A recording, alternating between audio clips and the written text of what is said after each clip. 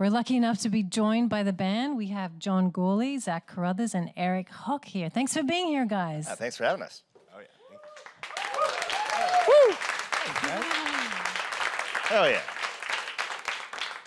So, Woodstock, let's talk about this new release from you. I understand that it started off with a different name, something along the lines of Gloomin' and Doomin'? Yeah, exactly that. And then a trip to Wasilla, Alaska, changed everything. Tell us what happened. Well, I'd say it was a completely different album, actually. We had been working for several years on recording. We had done a ton of music. We probably had 40 or 50 songs and 3 to 8 versions of each one of those songs. And we were just in a spot where we were trying the Elvis Costello or the Prince or Michael Jackson approach, where you just write 100 songs and pick your 10 best. But we just couldn't really stop writing. Our 10 favorite were the last 10 that we did. So every time we did something, and when it comes to writing, you're never finished. You just have to stop at some point. So we just got we had some amazing stuff, some of the best stuff we've ever written, but it just, there was too much, and we were just getting kind of confused with it and losing focus. And we were up in Alaska with John's dad, actually, just having beers at his place. And he builds houses for a living. He's just one of our favorite people in the world. And he was giving us a good dad talk, and he just put it so simply. And he just asked us what was taking so long. And he brought it up like, don't you just take your instruments, go into a studio, record a song, and then release it? And we were like, well, yeah, I mean, there's more than that, but we didn't want to sound stupid, so... Practical advice from a practical man. Yeah. He builds houses for a living. So for him, it's like you get your tools, you get your supplies, you get your guys, go out there, find a good plot of land, build it up. Get it done. So Right. why wouldn't you just do the same approach to anything else? Yeah. Which is a little bit more to it than that, but Yeah, but not really. And so we just decided to use that mentality, and we decided to wipe the slate clean, and we decided to go in and write some new songs, just focused and streamlined. And in that same talk, he'd also found his original ticket to Woodstock that was in a tool chest that he had given to a friend a long time ago, filled with a bunch of tools from the 50s. And just recently, his friend was cleaning it out and found it at the bottom and sent it back to him. So he kind of threw us a little envelope. It's like, you guys will get a kick out of this. And there was something just so amazing about seeing that ticket and how much that movement and that festival, meant to us, even a generation removed. And seeing a lot of, the social and political climates in this country, being so similar to the things that they were fighting for and fighting against back in the 60s. And so it really inspired us to go in and make this. So can we call this a political album? Hell yeah. I mean, we're not Rage Against the Machine, we grew up with that, and nobody's going to do it better than them. But I don't consider myself political, but, we stand for people, we stand for humans and equality, and so that's more along the lines what the issues are about. yeah, we wouldn't shy away from an agenda, but we're also not endorsing a candidate. We're not telling you which way to lean. The things that we believe in most are things that we fight for, things that we've included as Easter eggs in our videos before, things that shouldn't be politicized, things that I think it's ridiculous to politicize something like equal pay for women. Let's put that to a vote. Why? Yeah. Why is that even a talking point? Why would you be on one side or the other? That's where we're at. We believe in a better place and keeping your eyes open and kind of seeing and taking a look at what's going on.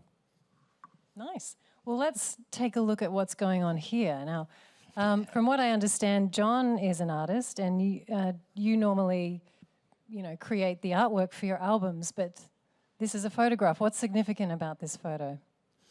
That is just a badass picture. Give me a break. It's kind of like, to me, it's a lot like finding that ticket and just seeing something that just means a lot to you, and something that makes you think and raise questions. And our buddy actually took this picture driving with his family. He was just on vacation, going down to Disneyland with his family, and he literally took that out of the back seat of a car, out of an Uber, and he saw just a vintage Rolls Royce on fire on the side of probably the 405 or something in LA. And the fire is coming from the inside, and I just really, Yeah. there's a lot of questions, and I like all of the answers. That's my favorite thing. It's not the engine. It's not the electrical system. It's like someone threw a can of gas in the front Yeah. seat and lit a match and walked away from it. Dad's going to be pissed. Other favorite thing about that, it wouldn't work if it was a new Bentley or a new Rolls or a Ferrari or something. It's like, that's an old money car. That's a Reagan era opulent, like, Exactly. you know, cocaine empire style car. It's a powerful thing. You guys have released 8 albums in a fairly short time. You tend to release them quickly. Yet this album, you alluded to the initial struggles, did take 4 years. Your previous album came out in 2013, Evil Friends. I hope you've since found some nice friends. Nope. Rich friends. Do you enjoy the process of making the album, or do you just wish you could kind of skip over that part and get straight to the performance on stage aspect? Sometimes. No, definitely. Everybody has their own thing. Some of us like recording more. Some of us like playing live more. And it all kind of depends. We love making music. Writing music is what we're all about. That's what we do. We're not, anybody who's ever seen us live knows that, like, how you doing, New York City? We don't have to really force myself to talk in front of a crowd. Public speaking, really good at it, obviously. I'm nervous. No, we love making music, but as far as do we enjoy it, depends on the day.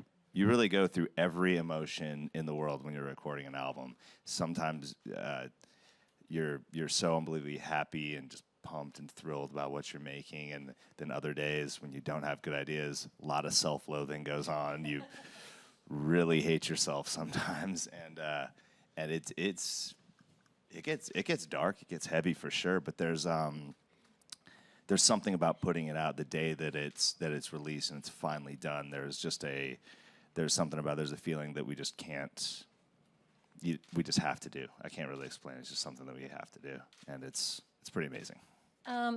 Speaking of amazing, Feel It Still, the song we just listened to, is doing really well. It's a hit on AAA radio. It's topped Billboard's adult alternative song chart, more than 22 million streams on Spotify. How are you feeling about this song at the moment? It's all right. Could be doing better. No, it's we're happy. We're so happy with it. I mean, just to take it to like the recording process, like back to that, it's been amazing watching Feel It Still do so well, because that was one of those songs that just kind of happened. You know, like we were in the studio with John Hill, we were working on something different and just mixing at the end of the day. And I had stepped into a side room, and Asa Taccone from Electric Guest was just hanging in the side room, like working on a computer. And I sat down and I started playing this bass line. And Asa overheard what I was doing and was like, "Yo, Jay, let me record that real quick." Tracked this bass, asked if I had a bridge idea. And I mean, music is just, it's something that you do every day. So I just kind of like threw together these pieces real quick. And the first 2 verses, all of the choruses, everything that's on that track was done within the first 45 minutes, just in like side session. And that's just one of those things. That's what I love about recording. That's what I love about being in the studio and just having these moments where things come so easy, and it's nice to see it do well. I mean, always the best stuff happens that way. Yeah, and it's hard to remind yourself of that, like that things. I mean, there's something sort of infuriating about the fact that, you know, Because we work so long and so hard on some songs, and Yeah, some some songs songs- just super easy. Yeah, other songs you just bang your head into a wall over and over, and it takes, you know, days, weeks, months. But yeah, it's a hit. It is a hit. And has it helped you find new listeners because it's doing so well? Oh yeah. Oh yeah, it's definitely reached places that we've never reached before, and that's always fun. Honestly, anything new for us is fun. We want to do everything. We want to see everything. We want to go everywhere, and that's been the most fun about this. And we still got more to do. I'm excited about it. Let's talk about another track on this album, Rich Friends. Is it true that the idea from this song came from you were at a party in LA and Harry Styles, the One Direction darling, happened to show up at this party and somehow that inspired this song? Yeah, it's like, who do we know that knows Harry Styles? First off, we weren't at the party. We weren't invited. We were at a much cooler party, actually. But Just down always, the street, just down the road a little. just to set for the record, we were at a way crazier party. But our good friends were there, and yeah, Harry Styles bought our buddy a gift for his birthday and bought him like, I don't remember what it was. I wasn't there, but it was like a late 50s. I don't know, Les Paul. Like or a Gibson something. Les Paul. Yeah, but like a $15,000 to $17,000 guitar, and just something that guys like us just drool over a bit. And, and yeah, was it John that said that? Man, I could use some rich friends like those. Yeah. Because honestly, like we're not in that world. Yeah, we're not in that, and I don't know how tight those people are, but I don't know, when you're honestly, the closer I am with somebody, the less likely I am to give them a birthday gift. Quite honestly, I'm like, you know that we're friends. We're gonna be friends forever. I don't expect anything from you on my birthday. I don't need to give you anything. It's like we're just friends. We don't have to do that anymore. So, but to have some acquaintances like Harry Styles apparently is pretty rewarding. If you were at a party, seeing as you weren't at that one, what celebrity would show up that would blow your mind? You've Sting. Sting. Actually, that happened once, and I got to see. You embarrassed yourself, I hope.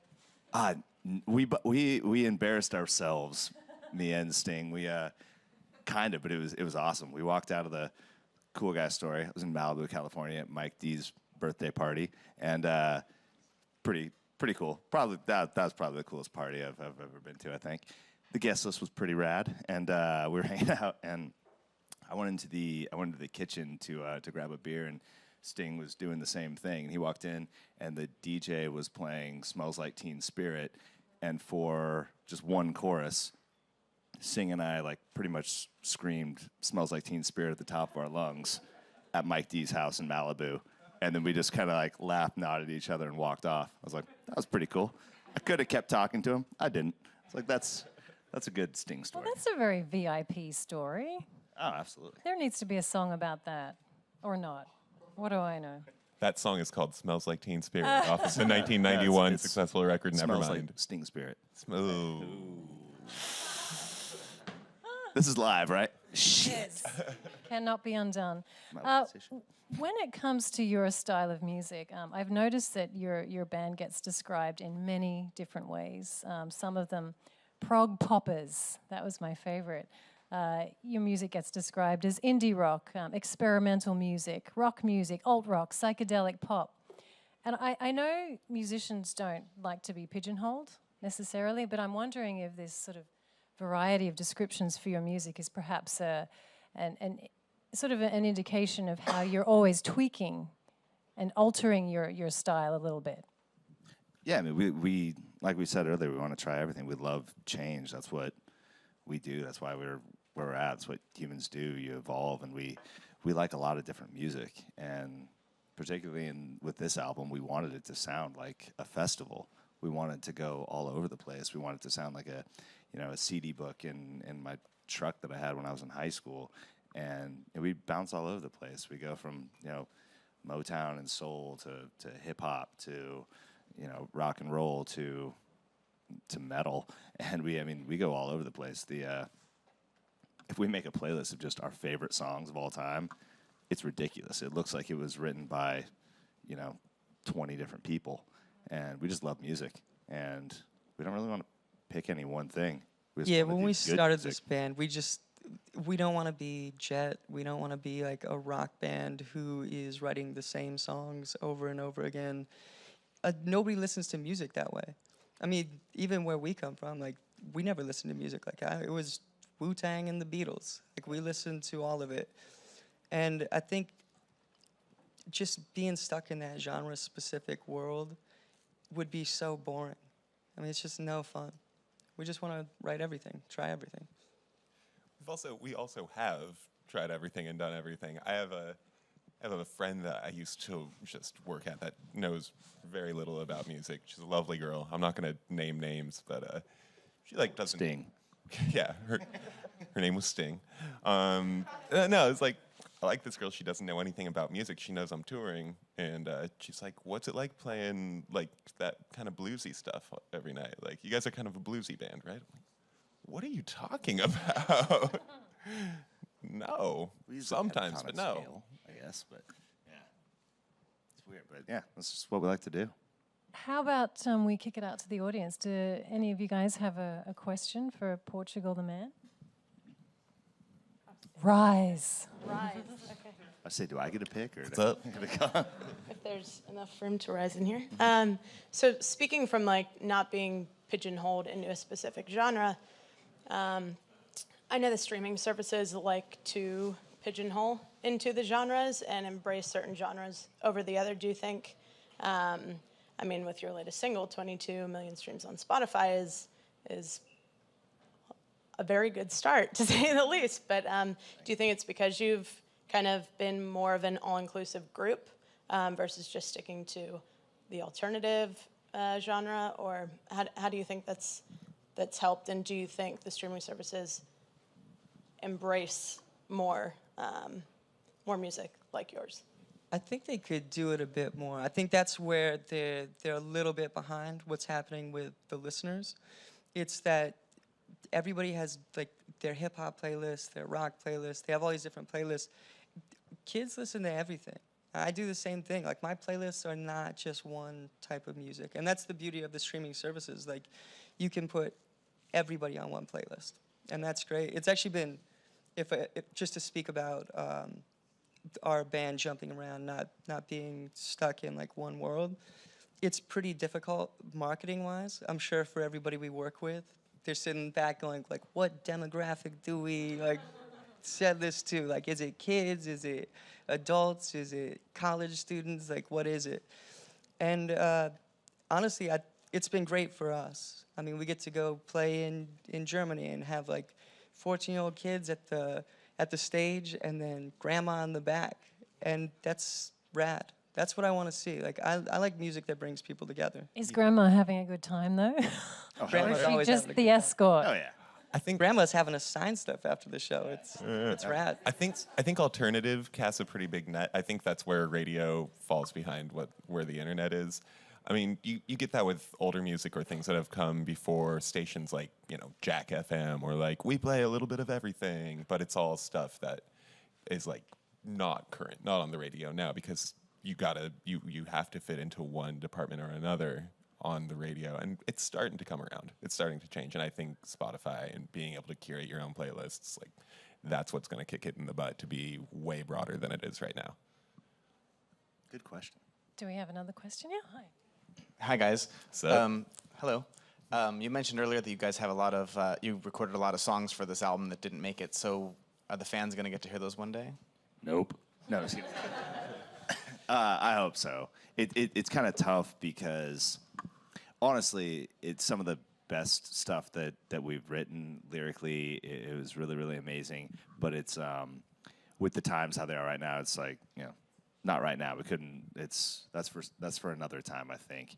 And we've done this a lot. We write a lot of songs. We've got probably 200 songs that we haven't released, and even more demos. We've got a ton of stuff, and we always like to say that some of it will definitely come out, I'm sure. But we always say that, and then we just write better songs. And it's tough to put out something that that if you just missed, if you buy a new pair of shoes and then you're like, I'm not really going to wear them yet. You're probably not going to wear them in 2 years or something like that. So we'll see. But we do take ideas from it and just make it better. That's what we do a lot of the time. So it gets kind of reborn and recycled. And I think that's actually probably most important, is to kind of know where things come from. Even Feel It Still, the lyric and Feel It Still, not the melody, but the actual like Rebel Just for Kicks, I think was the first thing that we wrote a long time, just that line a long time ago, and had used it in a couple different things, and like, it wasn't right melody, wasn't right song, wasn't right beat. And then when Asa asked John if he had any lyrics, like, well, I got this thing, and he just sang it, but singing it to that bass line, to that beat, with that melody, instantly we're like, oh, well, that's what works. That's the best version of it. And so it's all about... To be fair, I used the Mr. Postman melody, and that melody kind of works. It had done all right in the past. History had proven that that melody worked well. Kid tested, mother approved. That's Yeah, good. absolutely. Yeah. Yeah, so we definitely will. It won't go away forever. It will exist in some form or another in the future. I think we have time for one more question. Hi. Hey guys. What's up? What's going on? Nice shirt. Thanks, man. I mean, yours too. But Dead Kennedys, But you dude. said That's it first to me. That's my jam. No, I just wanted to first off say happy belated Father's Day to you guys. Oh. Oh, thank Hope you. you guys enjoyed it. And then also just holding the Woodstock ticket in your hand, and just like a physical representation of like counterculture and the hippie movement and all that stuff. How has that changed like your approach to live performances? And then also, has that changed your outlook on like the music scene, the music fest scene at all, by any chance? Sadden us a little on the new music scene, or the new festival scene, I guess. No, But- I don't know. I think what I took from it was, I mean, if you listen to the album, there's we did a lot of like sampling, and we did a lot of things the way that artists that we listened to growing up had done it, like Missy Elliott and Outkast, and we could approach things like every single band you see at every festival today does, which is put a computer on the stage and run Ableton. But Woodstock is the reason we get on stage and we play our instruments. And if we're going to do sampling, it's going to be on pads, and we're going to play it real time. We're not going to worry about like click tracks and running backing vocals and all that. I mean, that's what I want to present, is real musicians playing real music. Or at least us playing real music. Thank you. Yeah. Portugal the Man playing real music. Let's give it up for Zach, John, and Eric. Portugal the Man, thank you so much for joining us today.